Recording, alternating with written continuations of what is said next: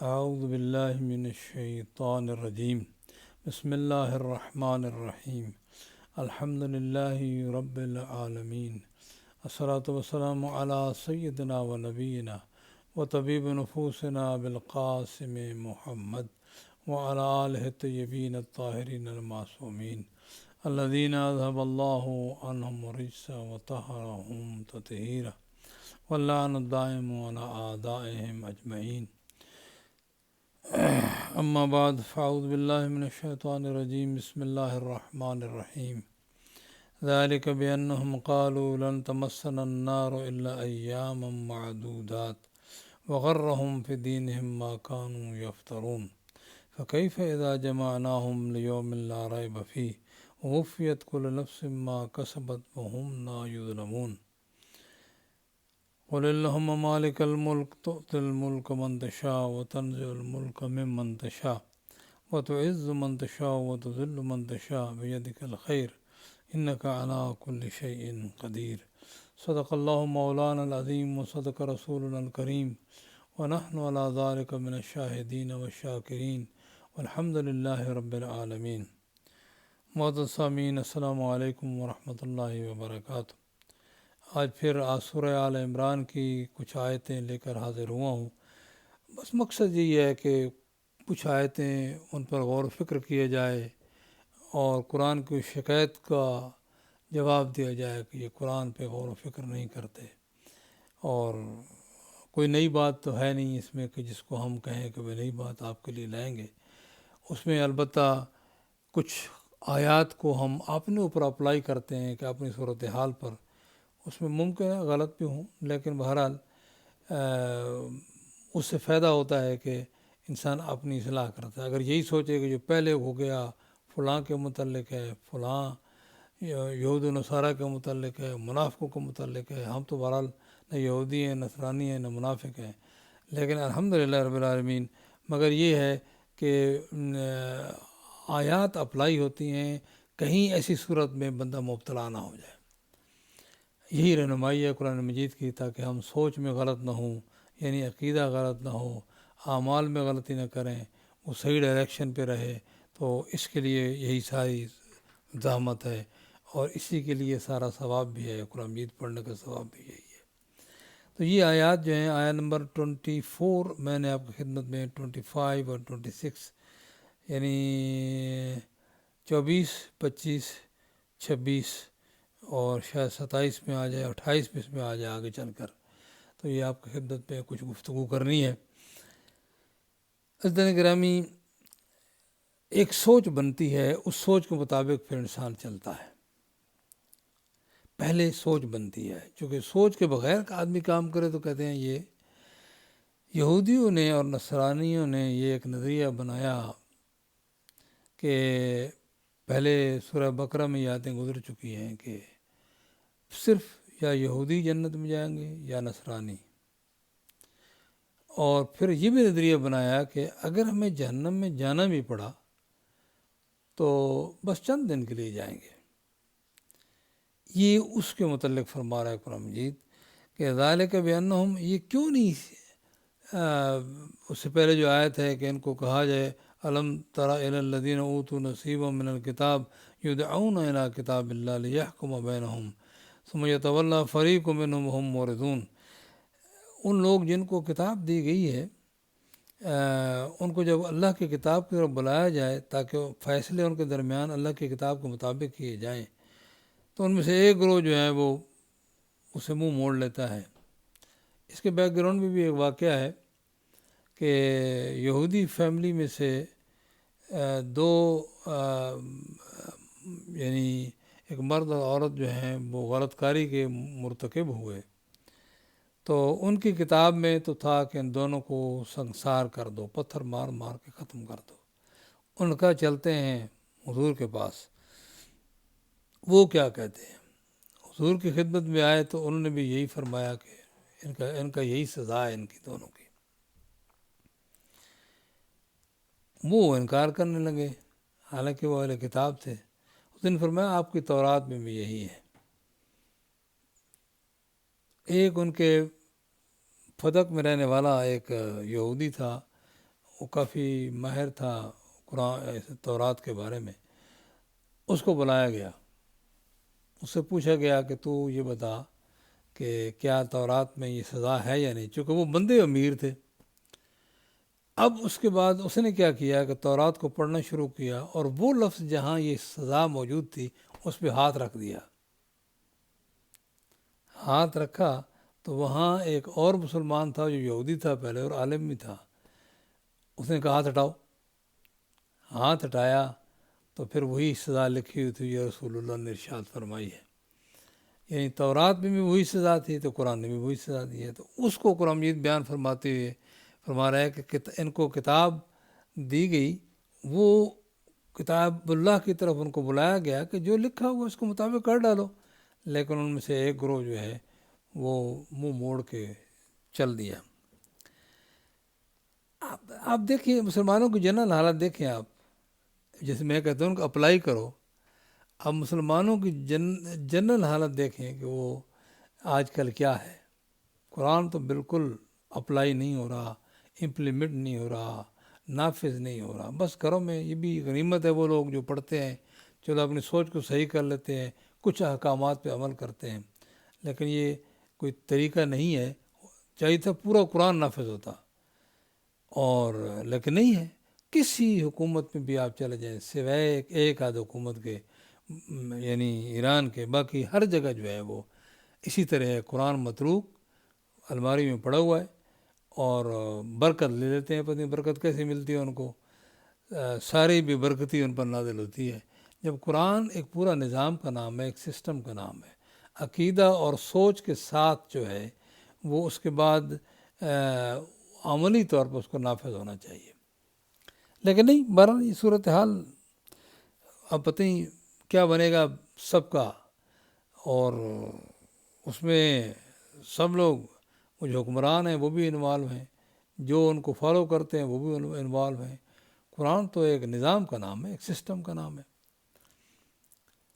اس کے بعد ان کے ایک نظریہ بھی تھا، اس نظریے کو قرآن نے بیان فرمایا کہ بس یہ یہودی ایسے نصرانی انہوں جنت پہ انہوں نے جانا ہے، باقی وہ چند دن کے لیے جائیں گے، اور یہ بات مسلمانوں میں پائی جاتی ہے، یہ ہم گناہ گار ہیں، ہم نے چند دنوں میں کے لیے اگر جانا بھی ہے جہنم میں، پہلے تو نہیں جائیں گے، سب جنت میں جائیں گے، اور اگر جہنم میں چند دنوں کے لیے جائیں گے۔ اس بات نے انہیں اپنے دین میں دھوکہ دے دیا اور جھوٹ بولتے ہیں۔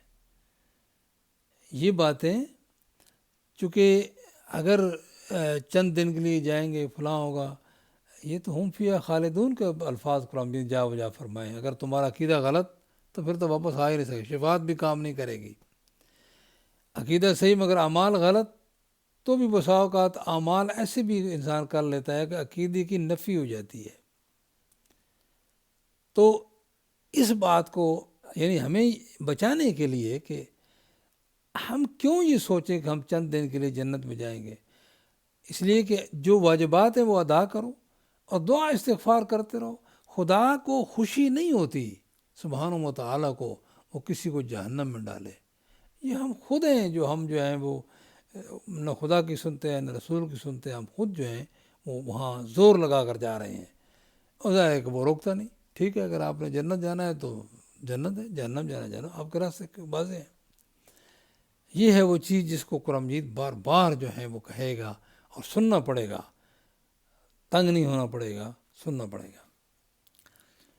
فرمایا فکیف اذا جمعناہم الیوم لا ریب فیہ، ہم قیامت کو سب کو جمع کریں گے، وفیت کل نفس ما کسبت وہم لا یظلمون، ان کے اعمال کا جو جزا سزا جو بھی ہے وہ پوری کی پوری کر دی جائے گی، کوئی کبھی بیشی نہیں ہوگی۔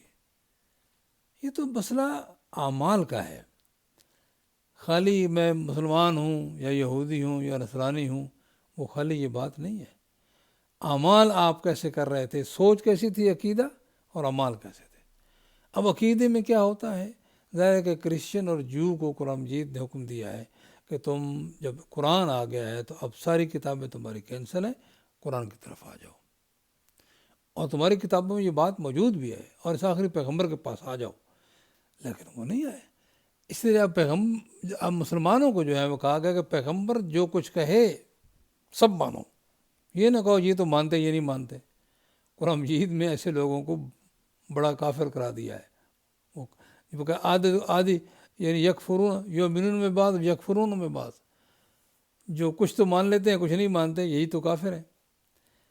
بہرحال چلیں اس پہ جب آیت ایک بات ہوگی اس پر، یہ ماننا پہلی بات تو یہ ہے کہ جو پیغمبر کی طرف سے مان لینا چاہیے، اس کا انکار نہیں کرنا چاہیے۔ ہاں اگر اس میں کوئی کمی بیشی رہ جاتی ہے عمل میں آج کل کے ماحول اور حالات کی وجہ سے، تو یقیناً اللہ معاف کرنے والا ہے۔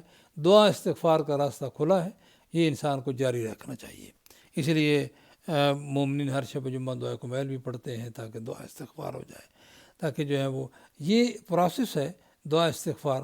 جیسے ہمارے کپڑے میلے ہو جائیں تو پھر اس کے بعد ہم ان کو دھوتے ہیں، یہ نماز بھی اسی طرح ہے کہ ہمارے کپڑے جب روزانہ کے جو گناہ ہیں وہ نماز دھونے کا کام کرتی ہے، اور پھر اسی طرح دعائیں ہیں، قرآن ہے، دعا استغفار ہے جو خداوند متعال نے انبیاء کی دعاؤں میں بتایا ہے۔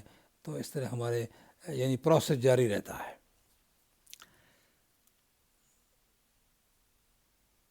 میں جب نماز کا نام لیا تو پھر یہاں کہہ دوں کہ ایک دفعہ یہ بات نہج البلاغہ میں بھی امیر المومنین روایت کی ہے کہ اپنے صحابہ کو ایڈریس کرتے ہوئے نماز کے متعلق فرمایا کہ اگر حضور نے فرمایا کہ اگر تمہارے دروازے کے سامنے ایک دریا بہتا ہو یا ایک نہر بہتی ہو، یہ مدینے کی بات ہے، اور تم 5 وقت غسل لو، کیا تمہارے جسم پر کوئی میل رہ جائے گی؟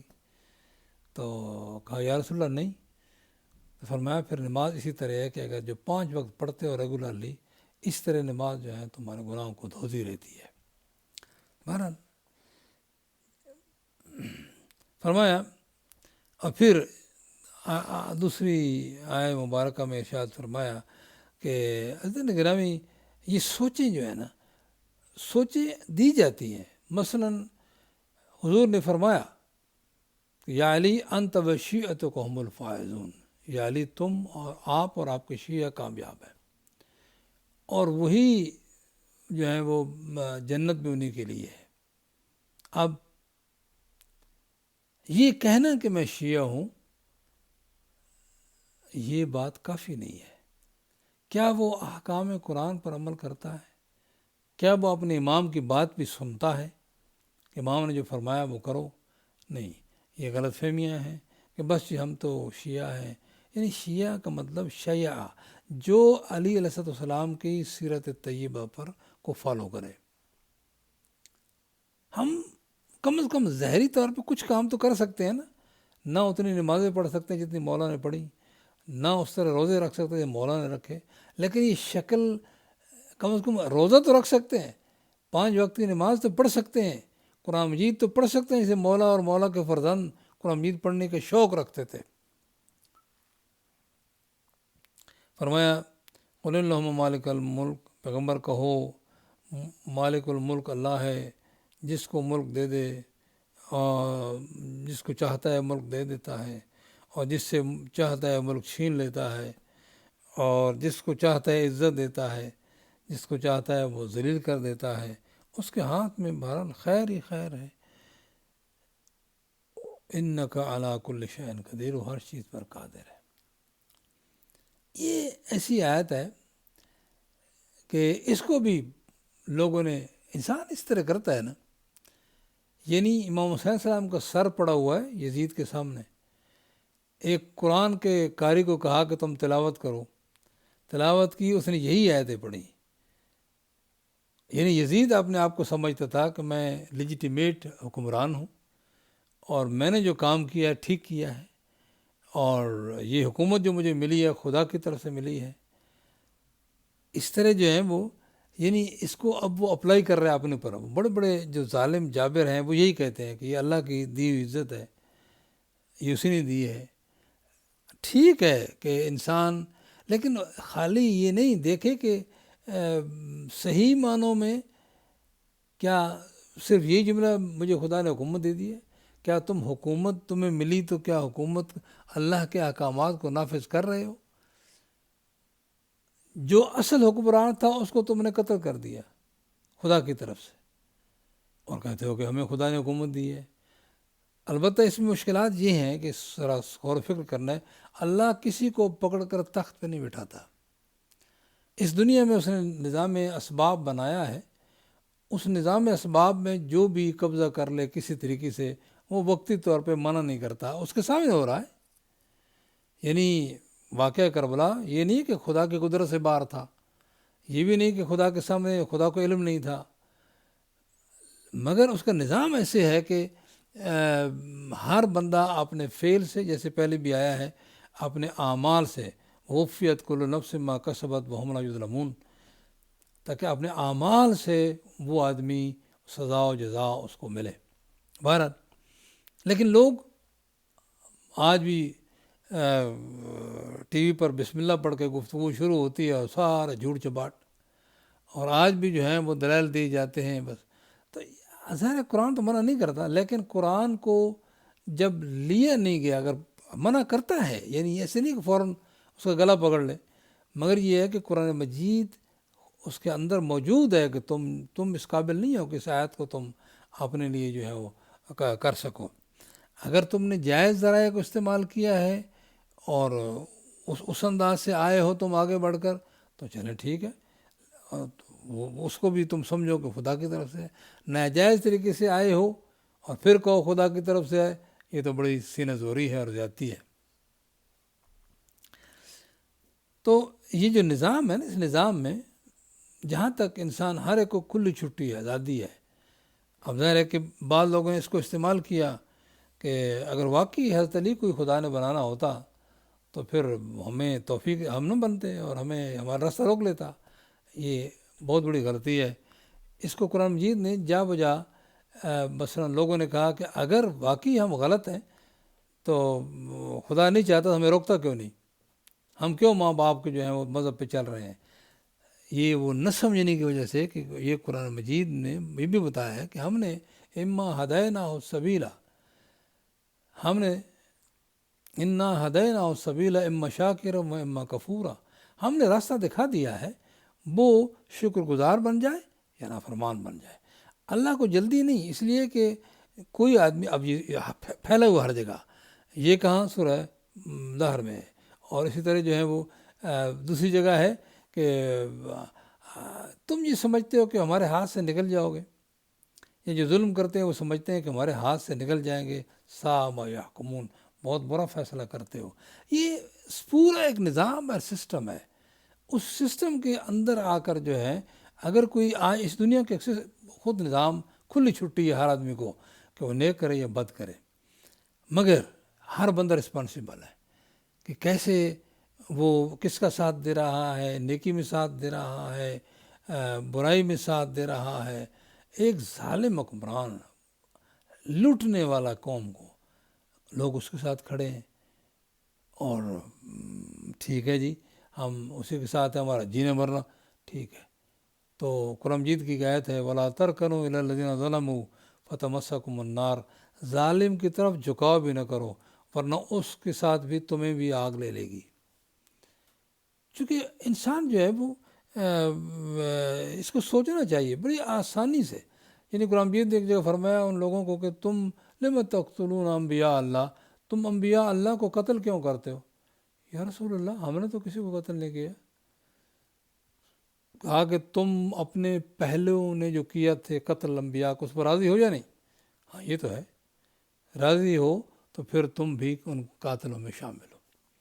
ایک جگہ جنگ جمل میں امیر المومنین کو اللہ نے کامیابی عطا فرمائی اور مخالف فورسز ڈیفیٹ ہو گئی۔ ایک آدمی آیا آ کر کہنے لگا مولا آج اگر میرا بھائی زندہ ہوتا تو بڑا خوش ہوتا،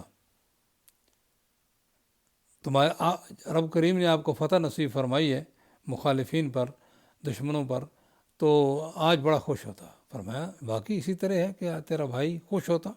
جی بالکل بڑا خوش ہوتا، اسے آپ سے بڑی محبت تھی۔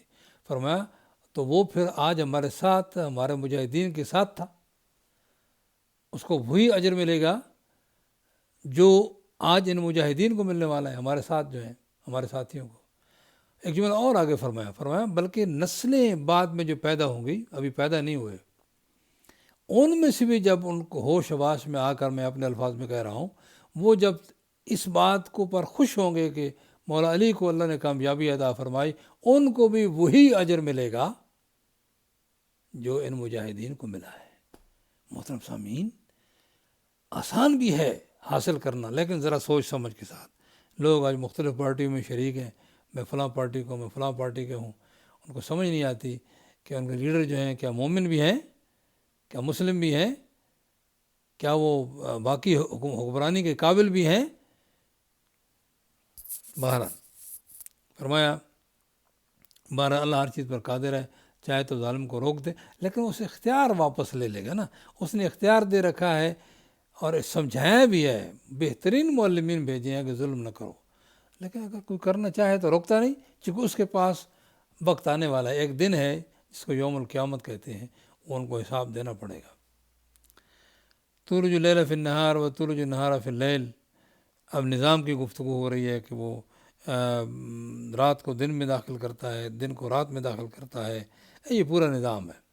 اس میں سورج بھی آ جاتا ہے، چاند بھی آ جاتے ہیں، ستارے بھی آ جاتے ہیں۔ وَتُخْرِجُ الْحَيَّ مِنَ الْمَيِّتِ وَتُخْرِجُ الْمَيِّتَ مِنَ الْحَيِّ، وہ زندہ کو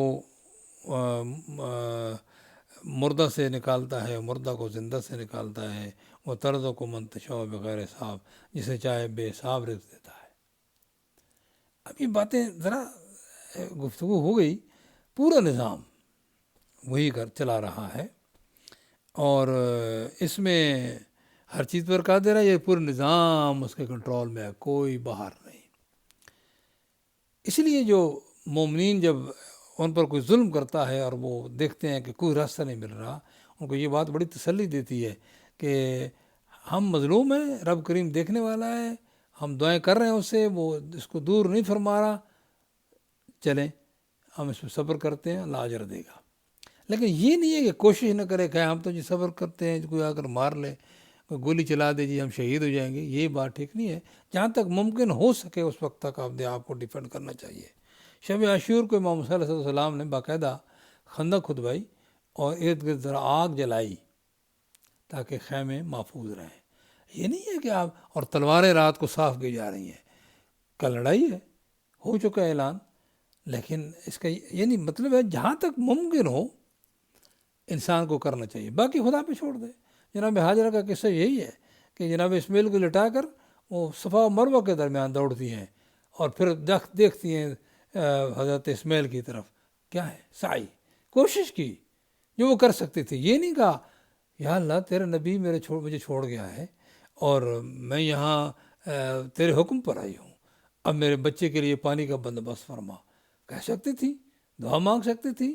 اور اسی لیے معصومین نے فرمایا ہے کہ بغیر عمل کے اور ایکشن کے دعا ایسے ہے جیسے کمان کے بغیر تیر ہو، وہ نہیں چلتا کام۔ دعا بھی مانگو، کام بھی کرو، عمل بھی کرو۔ جنت بالخصوص بڑی مہنگی چیز ہے، وہ ایسے نہیں ملتی خواہ سب کچھ کرتے رہو اور پھر کہو جنت میں ہم جائیں گے، یہ نہیں، اس کے بارے میں آیات مسلسل آئیں گی۔ تو فرمایا کہ زندہ سے میت سے زندہ اس کے لیے مثلا بنجر زمین ہے اس کو زندہ کر دیتا ہے، یہ بھی زندہ الفاظ استعمال ہوئے ہیں۔ مردہ ہوئی، زندہ کر دیا، ہماری روزی بنائی، پیدا کی۔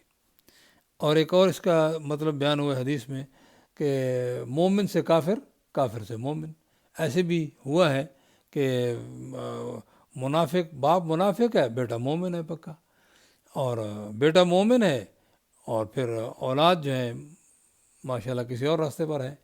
یہ نظام ہے اور اس کو وہ روکتا نہیں، یہ کچھ ہمارے ہاتھ میں بھی دیا ہے کہ مثلا زندہ سے اگر ہم چاہتے ہیں کہ ہمارے بچے مومن رہیں تو اس کو ایمان کی تعلیم دے اور ان کو پریکٹیکلی سکھائیں ایمان ہوتا کیا ہے، اللہ کی محبت ان کے دل میں ڈالیں۔ کیسے ڈالیں؟ مار کے، پیٹ کے؟ نہیں، آپ بات کریں، سمجھائیں ان کو، بار بار رب کا ذکر کریں، ہر نعمت جو خدا نے آپ کو دی ہے وہ کہیں کہ یہ اللہ کی طرف سے ہے، تو یقین جانیے کہ وہ آپ کا بچہ بھی اسی طرح سوچے گا۔ آپ دیکھیں، سجدے کریں، رکوع کریں، اس کو دکھا کر کریں تو بھی کوئی نہیں، وہ بھی کرے گا۔ یہ ماں باپ نہیں کرتے تو پھر کہتے ہیں جی ہمارا بیٹا ہماری بیٹی وہ اپنا راستہ چھوڑ گئے، نہیں انہوں نے کیا نہیں ہے۔ ان آیات کو کوئی آدمی اگر پڑھے نماز کے بعد، ان آیات کو پڑھے تو کہتے ہیں رزق میں بڑا اضافہ ہوتا ہے۔ ترزق من یشاء من ترزق من تشاء بغیر حساب۔ فرمایا اللہ یتخذ، یہ بڑی مشکل آیت آ رہی ہے، اب کیا کریں، پڑھیں یا نہ پڑھیں۔ لا یتخذ المؤمنون الکافرین اولیاء من دون المؤمنین، مومن کافروں کو اپنا ولی نہ بنائیں مومن کے علاوہ۔ ولی کے معنی ہوتا ہے دوست، ولی کے معنی ہوتے ہیں گارڈین، یعنی ہم یہاں رہتے ہیں ہمارے تو پتہ نہیں کیا ہے، لیکن مسئلہ کہنے کا یہ ہے کہ ان کو یہاں سوچ تھوڑی سی صحیح رہنی چاہیے کہ ہمارا ولی، اچھا مومن آپس میں ماشاءاللہ ان کے اندر آپس میں اتنے جھگڑے ہیں کہ اگر پتہ نہیں امام علیہ السلام آ کر کس طرح قابو کریں گے ان کو، یہ مومن لڑنے جھگڑنے میں، ایک دوسرے سے خاص غیبت کرنے میں، ایک دوسرے کے خلاف کرنے میں بہت تیز ہیں۔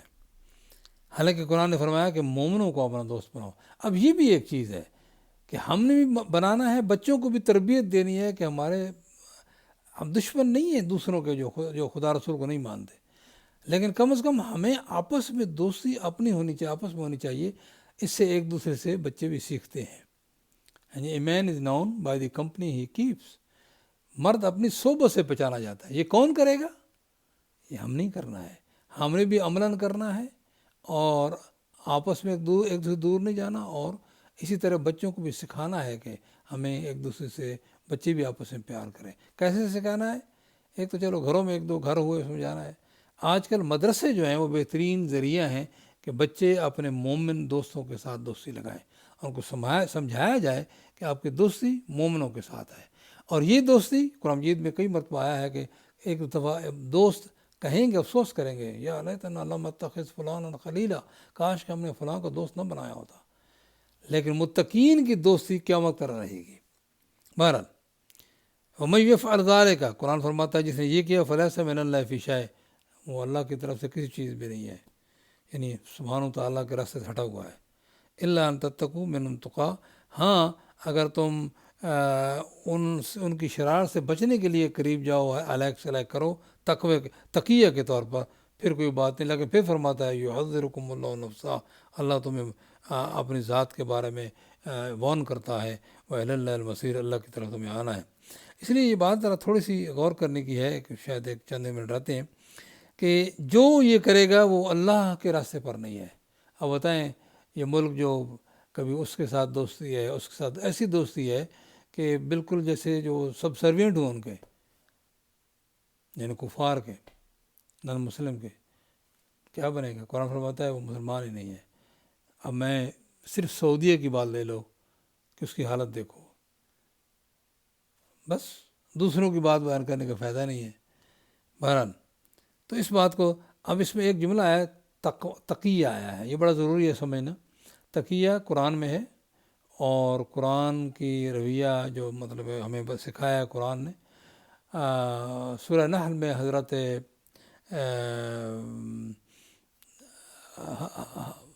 حضور کے صحابی بڑے عمار یاسر، ان کو ان کی امی اور ان کے ابو کو بڑا مارا کافر، ان کے امی ابو تو نہ مانے، اسلام سے انکار نہ کیا، پیغمبر کے خلاف کوئی جملے نہ کہے، لیکن وہ جوان تھے مگر برداشت نہ کر سکے، کہہ دیا، روتے ہوئے آئے پیغمبر خدمت، یا رسول اللہ، فرمایا اگر پھر بھی وہ ایسے کریں تو اس میں قرآن نے فرمایا تم کہہ دینا، قرآن نے فرمایا اگر دل مطمئن ہے اور زبان سے کوئی الفاظ مجبوری کے سے نکل گئے ہیں کوئی مطلب نہیں ہے، اگر دل بھی زبان کے ساتھ دے رہا ہے تو پھر غلط ہو گیا ہے۔ تقیہ اسی کو کہتے ہیں کہ مشکل ترین حالات میں انسان کچھ ایسے انداز اختیار کرے، ایسے الفاظ کہے کہ جس سے اس کی جان بچ جائے، اسی کو تقیہ کہتے ہیں۔ یہ قرآن میں ہے، لیکن ہمارا مذاق اڑایا جاتا ہے ہمارا مسلمان بھائی، او ہو شیعوں کے ہاں جو ہے وہ جھوٹ بولنا جائز ہے۔ نہیں ایسے نہیں ہے، تم بھی جب موقع آتا ہے تو اسی طرح بولتے ہو۔ آج جہاں بھی ہر مسلمان ملک میں، سعودیوں میں صحیح بول کر دیکھو ذرا۔ نہیں، میں کہتا ہوں کہ یہ بات آپ کے تقیہ تم بھی کرتے ہو، تقیہ ہم بھی کرتے ہیں جب ضرورت پڑتی ہے تو، لیکن اس کا الزام جو ہے ہمارے اوپر لگا رہے ہو اس لیے کہ تمہیں قرآن نہیں پڑھا ہوا، قرآن کے صحیح فالوور نہیں ہو۔ اللہ آپ کی اور ہماری مدد فرمائے۔ مزید تقی پہ بات ہوگی انشاءاللہ۔ اب میں ختم کرتا ہوں اور اس دعا کے ساتھ کہ خداوند آپ کو اور ہمیں قرآن پہ چلنے کی توفیق عنایت فرمائے، اور اس بلا سے بھی اور دیگر بلیات سے بھی اللہ محفوظ رکھے۔ دعا میں یاد رکھنا۔ والسلام علیکم ورحمۃ اللہ وبرکاتہ۔